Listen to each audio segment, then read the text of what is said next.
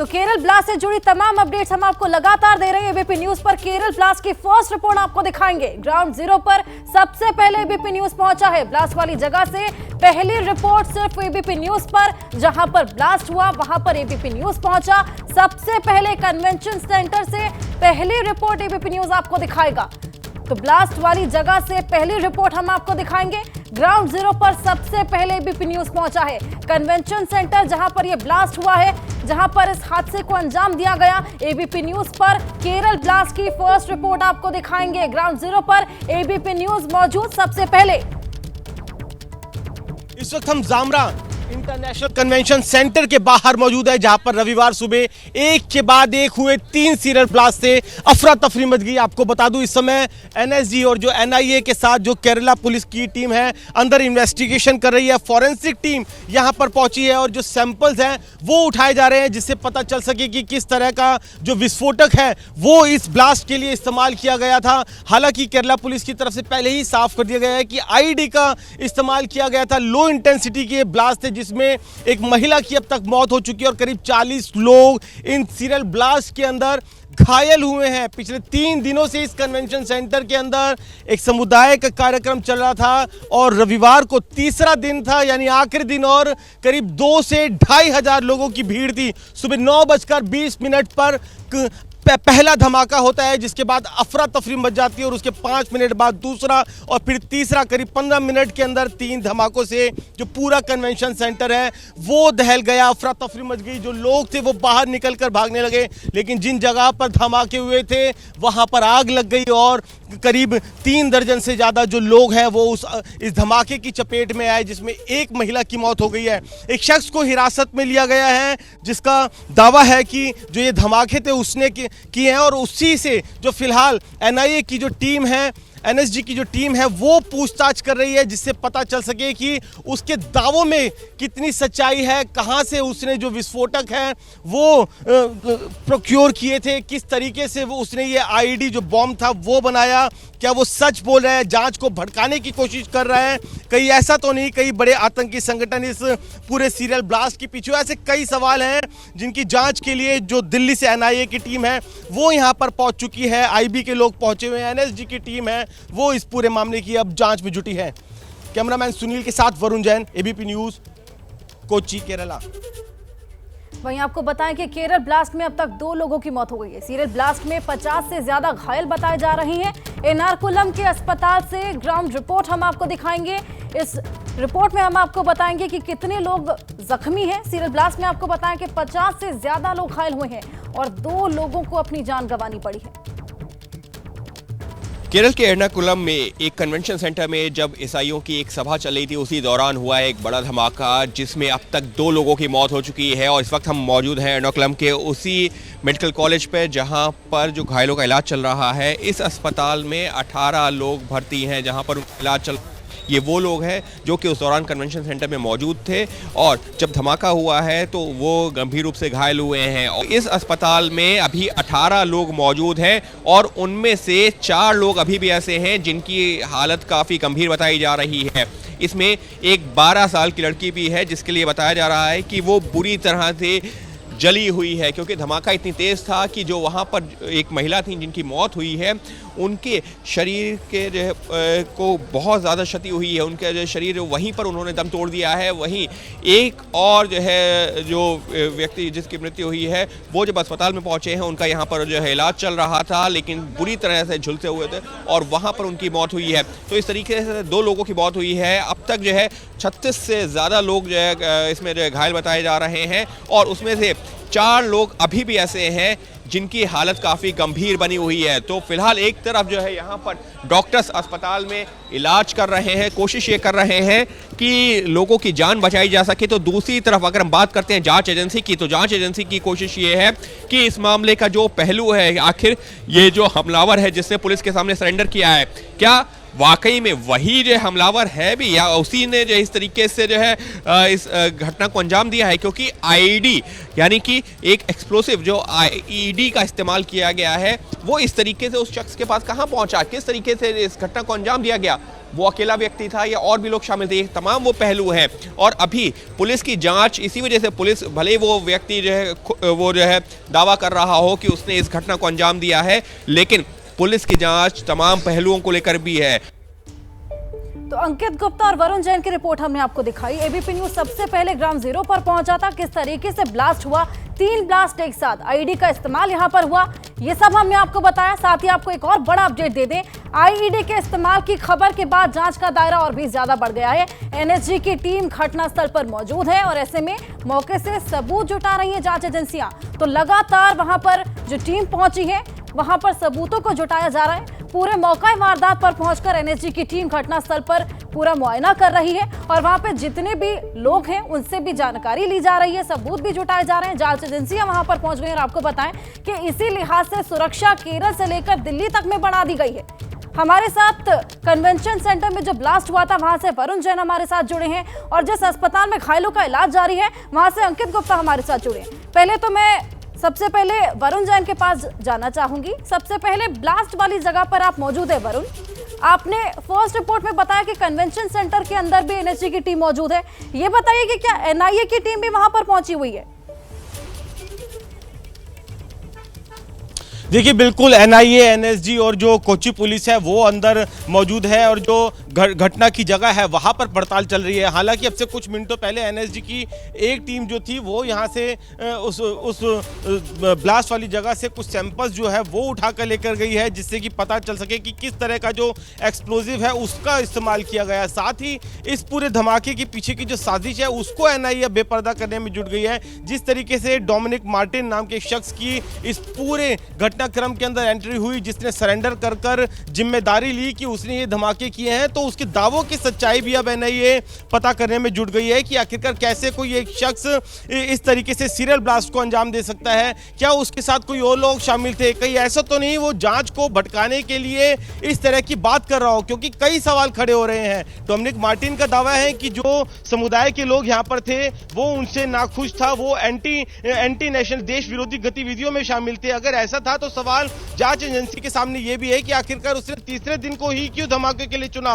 3 दिन का कार्यक्रम था, वो ये धमाके पहले और दूसरे दिन भी कर सकता था, जबकि इस कार्यक्रम के अंदर दूसरे दिन इजराइल के समर्थन में एक रिजोल्यूशन पास हुआ था और उसके बाद अगले दिन ये धमाका हो गया। कहीं ऐसा तो नहीं वो इजराइल का जो समर्थन था वो इन धमाकों के पीछे एक बड़ी साजिश हो? तो इसलिए अभी जो एनआईए है वो हर एंगल पर जांच कर रही है, चाहे डोमिनिक मार्टिन की जो दावे हो या फिर इसके पीछे किसी बड़ी आतंकी साजिश। क्योंकि आपको यहां पर यह भी देखना होगा कि शुक्रवार को ही केरला के अंदर एक बड़ी हमास के समर्थन में रैली का आयोजन किया गया था, जिसमें जो स्पोक्स पर्सन है हमास के, उन्होंने लोगों को संबोधित किया था और उसके बाद यहां पर एक समुदाय के द्वारा इजराइल के समर्थन में रिजोल्यूशन पास होना, कहीं ऐसा तो नहीं उसी का बदला लेने के लिए जो हमास समर्थन कुछ संगठन है उन्होंने इस वारदात को अंजाम दिया हो, इस आतंकी धमाकों को अंजाम दिया हो? तो ऐसे में चाहे डोमिनिक मार्टिन हो चाहे आतंकी साजिश हो, हर एक एंगल पर जो जांच एजेंसीज है वो जांच कर रही है। डोमिनिक मार्टिन के दावों की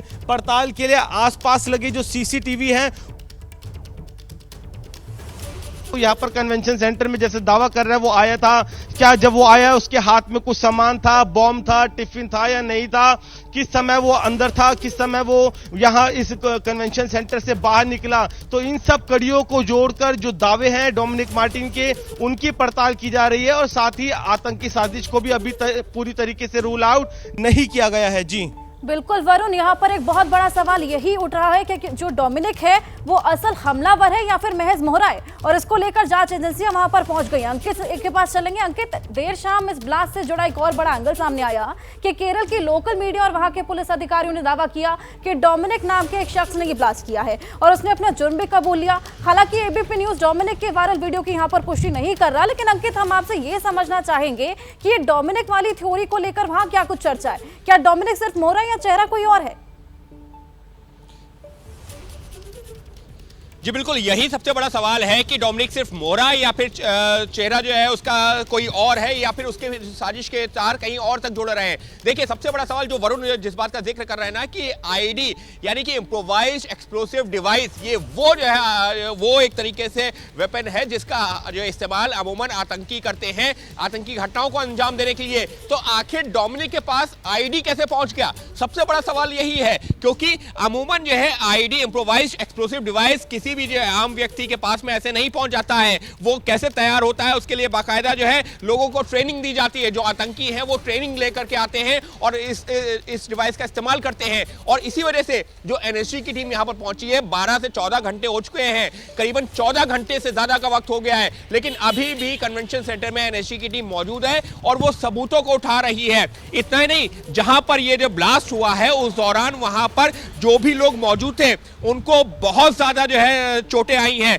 और फिलहाल क्योंकि इस वक्त मैं अस्पताल के बाहर मौजूद हूं, अस्पताल में एक 12 साल की बच्ची है, वो इस वक्त उसकी हालत बेहद गंभीर बताई जा रही है और फिलहाल डॉक्टरों की कोशिश ये है कि जान बचाई जा सके। 4 लोग ऐसे हैं जिनकी हालत गंभीर है, लेकिन 12 साल की बच्ची की हालत सबसे ज्यादा गंभीर बताई जा रही है। और रही बात जो है डोमिनिक की, तो डोमिनिक को लेकर के यहाँ पर जब मैं पहुंचा हूं तो अस्पताल के बाहर भी कुछ लोग ऐसे आए जिनका ये कहना था कि उनको विश्वास नहीं हो रहा कि आखिर एक व्यक्ति कैसे अंदर तक पहुंच गया, आईडी जो को प्लांट कर दिया, 2-3 धमाके हो गए, क्या उसके साथ कुछ और लोग भी हैं। और एक बड़ी जानकारी और देना चाहूंगा, जब मैं यहां पर पहुंचा हूं, मैंने लोगों से बातचीत की है, तो एक कार का भी जिक्र हो रहा है। वो ये कहा जा रहा है कि जब डोमिनिक अंदर था और जब ये धमाके हुए हैं उस दौरान उससे जो 10 मिनट पहले ही वो कार कन्वेंशन सेंटर से गई है। तो जो जांच एजेंसी है वो इन तमाम पहलुओं पर जांच कर रही है, क्योंकि ये यकीन मानिए कि एक व्यक्ति अगर जो इस तरीके से आईडी लेकर के अंदर जाता है, प्लांट कर देता है, इतना आसान है नहीं। अगर उसके साथ कुछ और लोग शामिल हैं, वो कौन थे, ये आईडी उसको कहां से मिला, कब उसने तैयार किया, कब साजिश रची गई, तो ये वो तमाम पहलू हैं जिस वजह से एनआईए हो, एनएसजी हो या फिर लोकल पुलिस हो, ये तमाम जो जांच एजेंसियां अपनी जांच को आगे बढ़ा रही हैं। जी बिल्कुल अंकित, इस तरीके से आईडी प्लांट करना कोई आसान बात तो नहीं है। वरुण, आप कन्वेंशन सेंटर में मौजूद हैं, आमतौर पर वहां पर सुरक्षा के लिहाज से क्या कुछ इंतजाम रहते हैं, क्योंकि सुरक्षा के हिसाब से यहाँ पर बहुत बड़ी चूक देखने को मिली है। देखिए, निश्चित तौर पर अगर आईडी कोई शख्स इतने बड़े कन्वेंशन सेंटर के अंदर इतनी आसानी से ले जाता है और उसको प्लांट कर देता है तो निश्चित तौर पर ये सवाल खड़े होंगे। हालांकि अगर मैं आपको कन्वेंशन सेंटर दिखाऊं, इस जो बड़ा गेट है इसके पास में हमेशा सिक्योरिटी रहती है। जो लोग यहाँ पर आते हैं उनको बाकायदा चेक कर कर ही अंदर जाने दिया जाता है, क्योंकि एक धार्मिक कार्यक्रम था, यहाँ पर लोग प्रेयर करने के लिए पहुंचे थे। पिछले 3 दिन से कार्यक्रम चल रहा था, तो ऐसे में भीड़ भी बहुत ज्यादा थी। कल रविवार का दिन था, छुट्टी थी, तो ऐसे में करीब 250 लोग कार्यक्रम के अंदर शामिल थे। तो ऐसे में कहीं ना कहीं इस भीड़ का ही फायदा उठाकर जो शख्स है वो अंदर पहुंचा है और उसने आईडी को प्लांट किया है। सुरक्षा में चूक यहां पर बिल्कुल कहा जाएगा, क्यों, लेकिन साथ ही हमें यह भी देखना होगा कि जिसने इस आतंकी वारदात को अंजाम दिया है, बहुत वेल प्लान तरीके से आईडी बनाए गए हैं, उसने पूरी इसकी रैकी की होगी, उसको ये पता होगा कि किस किस तरीके से कहां कहां किस स्पॉट पर चेकिंग होती है, कहां पर पुलिस फोर्स रहती है और किस समय इस कन्वेंशन सेंटर के अंदर दाखिल किया जाए, जिस समय भीड़ और उस भीड़ का फायदा उठाकर वो अंदर जा सके। तो कहीं ना कहीं एक ये बड़ी साजिश है जिसपे पहले बकायदा रैकी की गई है, रैकी करने के बाद ही आईडी को प्लांट किया गया है। ऐसे में इसीलिए सवाल ये भी खड़े हो रहे हैं एनआईए के सामने, जांच एजेंसी के सामने, कि कोई एक शख्स ही आईडी को तैयार करे और उसके बाद वो अंदर जाकर उसको धमाका कर दे, ऐसा संभव नहीं है। तो क्या जो डोमिनिक मार्टिन है, पहली बात तो ये वो जो दावा कर रहे हैं, क्या वो दावा सही है? अगर वो दावा सही है तो उसके साथ और जरूर कोई लोग और भी होंगे जो इस पूरी वारदात के पीछे शामिल हो, और कहीं ऐसा तो नहीं कि सिर्फ जांच को भटकाने के लिए किसी एक शख्स को मोहरा बनाकर सामने रख दिया गया और पुलिस टेरर एंगल की तरफ से भटककर जांच एजेंसी दूसरे एंगल पर अपना समय बर्बाद करती रहे। क्योंकि जिस तरीके से इन धमाकों की टाइमिंग है, जिस तरीके से इजराइल और हमास के बीच में वॉर चल रहा है, जिस तरीके से इस कन्वेंशन सेंटर के अंदर एक दिन पहले इजराइल के समर्थन में रिजोल्यूशन रेजोल्यूशन पास हुआ और जिस तरीके से केरला के अंदर 2 दिन पहले हमास के समर्थन में एक बहुत बड़ी रैली और एक कार्यक्रम का जिसके अंदर लाखों लोग शामिल हुए थे उसका आयोजन हुआ था, तो ये टाइमिंग अपने आप में बहुत संदिग्ध है। कई सवाल खड़े कर रही है, कहीं ऐसा तो नहीं उस जिस रिजोल्यूशन को इजराइल के समर्थन में यहाँ पर पास किया गया है उसका बदला लेने के लिए एक बड़ी आतंकी साजिश थी और उसी से ध्यान भटकाने के लिए कुछ इस तरीके से किसी कैरेक्टर को प्लांट कर दिया गया हो। तो इन्हीं सवालों का जवाब जानने के लिए जो एजेंसीज है वो डोमिनिक मार्टिन से भी पूछताछ कर रही है और साथ ही उसके दावों की तफ्तीश करने के लिए यहाँ की जो सीसीटीवी कैमरे हैं उनको खंगाला जा रहा है। उससे भी बहुत अहम जानकारियां मिल रही है कि किस समय जो डोमिनिक दावा कर रहा है वो अंदर आया था, तो वो किस समय यहाँ पर आया था, उसके साथ कौन कौन लोग थे, क्या वो किसी गाड़ी में आया था, तो वो गाड़ी क्या वो नीली संदिग्ध गाड़ी थी जो कि धमाकों से कुछ मिनट पहले यहाँ पर निकली और जिसपे फर्जी नंबर प्लेट भी लगी हुई थी। और जिस तरीके से डोमिनिक का दावा है कि उसी ने आईडी प्लांट किए, क्या वो दाखिल हो रहा है उसके हाथ में कुछ सामान था, क्या वो आईडी लेकर आया था, अगर लेकर आया वो कहां से उसने एक्सप्लोजिव थे वो प्रोक्यूर करे, कहां पर उसने आईडी को बनाया, ये सभी जब सवालों के जवाब मिलेंगे तभी हैं, लेकिन ये तभी साफ हो पाएंगे जब जांच एजेंसियां कुछ उनकी जांच में कुछ निकलकर सामने आएगा। हालांकि आपको एक और अपडेट दे दें कि कोची के ब्लास्ट सेंटर में एनआईए लगातार मौजूद है। एनएसजी टीम के साथ केरल पुलिस भी साइट पर पहुंची हुई है। टेरर मिस्ट्री डिकोड करने में लगातार एनआईए यहां पर जुटी हुई है और जैसे कि वरुण ने बताया कि सीसीटीवी फुटेजेस भी वहां पर खंगाले जा रहे हैं और वहां पर देखा जा रहा है कि जो वहां पर लोग मौजूद हैं उनसे भी जानकारी ली जा रही है कि क्या रेकी की गई थी, क्या ये पूरी सोची समझी साजिश है, क्या डोमिनिक मार्टिन इसमें अकेला था, अकेला हमलावर था या फिर वो महज मोहरा है, इसके पीछे आखिर और कौन आतंकी संगठन हो सकता है। तमाम ये बड़े सवाल हैं। अंकित के पास हम चलेंगे। अंकित, क्या और अपडेट आपके पास? देखिए इस वक्त जो है जिस बात का जिक्र वरुण कर रहे हैं ना, जांच एजेंसियों की जांच भी करीबन उसी के इर्द गिर्द है। क्या ये जो हमास और इजराइल के बीच में जिस तरीके से जो है युद्ध चल रहा है, फिलिस्तीन पर हमला किया जा रहा है, उससे जुड़ा हुआ इसका कोई लिंक है? और ये इसी बात से समझा जा सकता है कि सरकार इसको लेकर के कितना गंभीर है। खुद केंद्रीय गृह मंत्री अमित शाह ने उस दौरान जो है केरल के मुख्यमंत्री से बात की और घटना के कुछ ही घंटों के अंदर एनआईए की टीम यहाँ पर फ्लाई करके पहुंच गई, एनएसजी की टीम पहुंच गई और 14 घंटे से ज्यादा का वक्त हो गया, लेकिन अभी भी उस घटना स्थल पर मौजूद है, सबूत जुटाए जा रहे हैं। अगर जो है इसको ये माना जाए कि डोमिनिक ने एक घटना को अंजाम दे दिया, उसको जो है किसी चीज से नाराजगी थी, लेकिन यकीन मानिए सरकार और जांच एजेंसियां उसकी इस थ्योरी को बाय नहीं कर रही हैं, यानी कि वो जो दावा कर रहा है ना कि उसने ऐसे घटना को अंजाम दे दिया, उसको नहीं माना जा रहा है। और इसी वजह से जो इस वक्त जो है यहाँ पर अलग अलग टीम्स काम कर रही हैं। एक टीम जो कि कन्वेंशन सेंटर के अंदर मौजूद है, जो सबूतों को उठा रही है, फॉरेंसिक जो सबूत जुटा रही है, लेकिन एक दूसरी टीम है जो कि इस वक्त जो है जो लगातार डोमिनिक से पूछताछ कर रही है कि क्या जो वो कह रहा है उसके बयानों में क्या समानता है या फिर कॉन्ट्राडिक्शन आ रहा है। एक और टीम है जो कि इस पहलू पर जांच कर रही है, जो बाहर के सबूत हैं वो जुटाए जाएं। तो इस वक्त एनआईए और एनएसजी की जो टीम्स हैं वो अलग अलग जगह पर हैं, ऐसा नहीं है कि सिर्फ कन्वेंशन सेंटर में मौजूद है और वहीं पर जो जांच चल रही है। तो ये वो तमाम पहलू हैं जिसकी जांच की जा रही है। लेकिन महत्वपूर्ण क्या है? महत्वपूर्ण यह है कि केरल में अगर हम बात कर दें तो फिलिस्तीन को लेकर के लगातार आवाज बुलंद होती रही है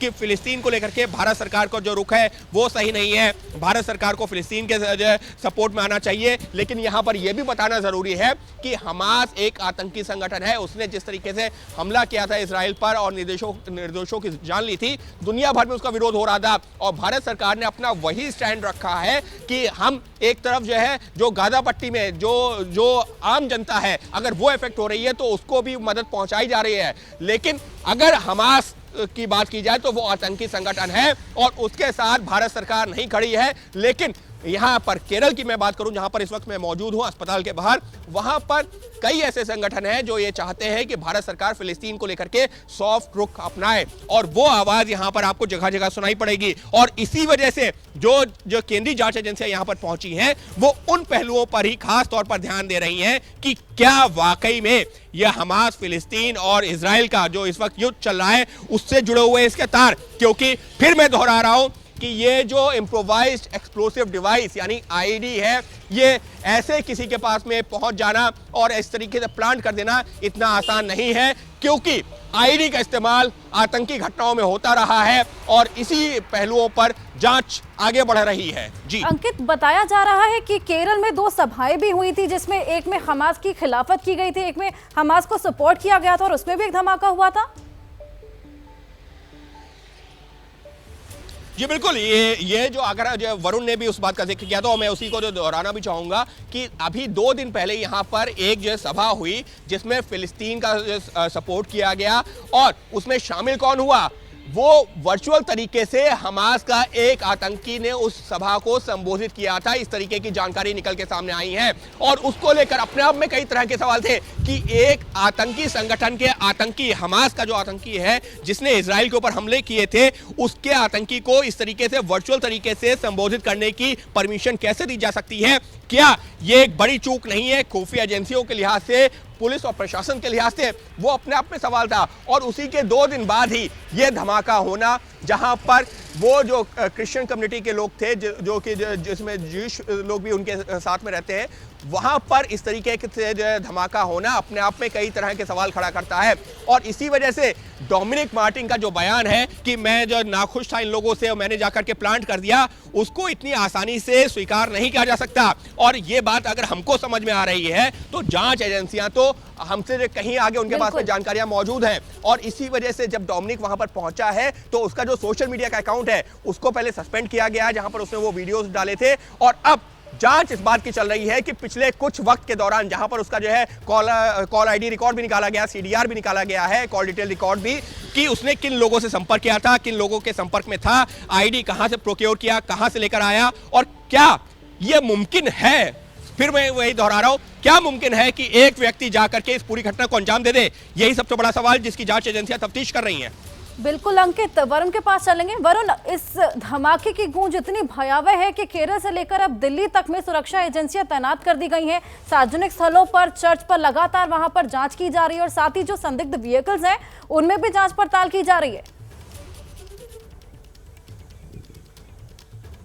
देखिए बिल्कुल, क्योंकि एजेंसीज के पास पहले से ही काफ़ी इनपुट था कि जब ये इजराइल और हमास के बीच में युद्ध हुआ कि हिंदुस्तान के अंदर भी इस तरीके से जो आतंकी संगठन है वो गिरजाघर या जो यहूदियों से जुड़े जो उनके धार्मिक स्थान है वहाँ उनको अपना निशाना बना सकते हैं। इतना ही नहीं, अगर आप देखेंगे अभी कुछ दिनों पहले दिल्ली पुलिस की स्पेशल सेल ने भी ISIS से जुड़े 3 आतंकियों को गिरफ्तार किया था। उन्होंने ये बात बताई थी कि जो मुंबई के अंदर यहूदियों से जुड़े जो उनके धार्मिक स्थान है वहाँ पर उन्होंने रैकी की थी और वो वहां पर आतंकी वारदातों को अंजाम देना चाहते थे। तो कहीं ना कहीं पहले से इंटेलिजेंस एजेंसीज के पास भी काफी इनपुट था और यही वजह है कि जब केरला के अंदर अब ये आज सीरियल ब्लास्ट हुआ, उसके बाद देश भर के अंदर जितने भी जो गिरजाघर है या फिर यहूदियों से जुड़े जो धार्मिक स्थान है वहां पर जो सिक्योरिटी है उसको काफी ज्यादा पुख्ता किया गया है, क्योंकि इस बात की आशंका अभी भी बनी हुई है कि कहीं किसी बड़ी और वारदात को अंजाम दिया जा सकता है। बिल्कुल वरुण और अंकित, बहुत शुक्रिया आपका तमाम जानकारी के लिए। सबसे पहले ग्राउंड जीरो पर एबीपी न्यूज ने आपको पल पल की खबर दी है। फिलहाल वक्त एक छोटे से ब्रेक का है, आगे देख लीजिए कल के मौसम का। जैसे ही घड़ी का काटा दोपहर 2:30 पे आए, बबीता जी का दिल सास बहू साजिश के लिए मचल जाए। और ये है इनकी बहू, पूरे दिन ऑफिस की टेंशन हो जाए गॉन जब ये करें अपना फेवरेट शो फ्री टाइम पे ऑन। इनकी तरह आप भी देखिए अपना फेवरेट शो अपने टाइम पर और डाउनलोड कीजिए एबीपी लाइव ऐप अपने स्मार्ट टीवी पर।